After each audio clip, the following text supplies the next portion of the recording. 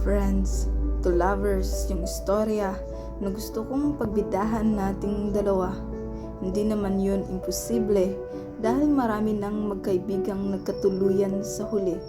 Isa pa, utol naman talaga natin ang isa't isa. Wala pang salita, alam na natin sa mata. Yan nga lang, sobrang dami ng possibility. Tulad na lang ng pagdating niya at ika'y nabighani.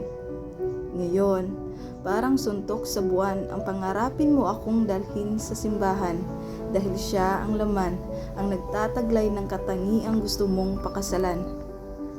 Talo na ako kahit na ako ang naunang dumating sa'yo. Wala akong laban sa bigay mong titulo. Mahal mo siya. Samantalang kaibigan lang ako.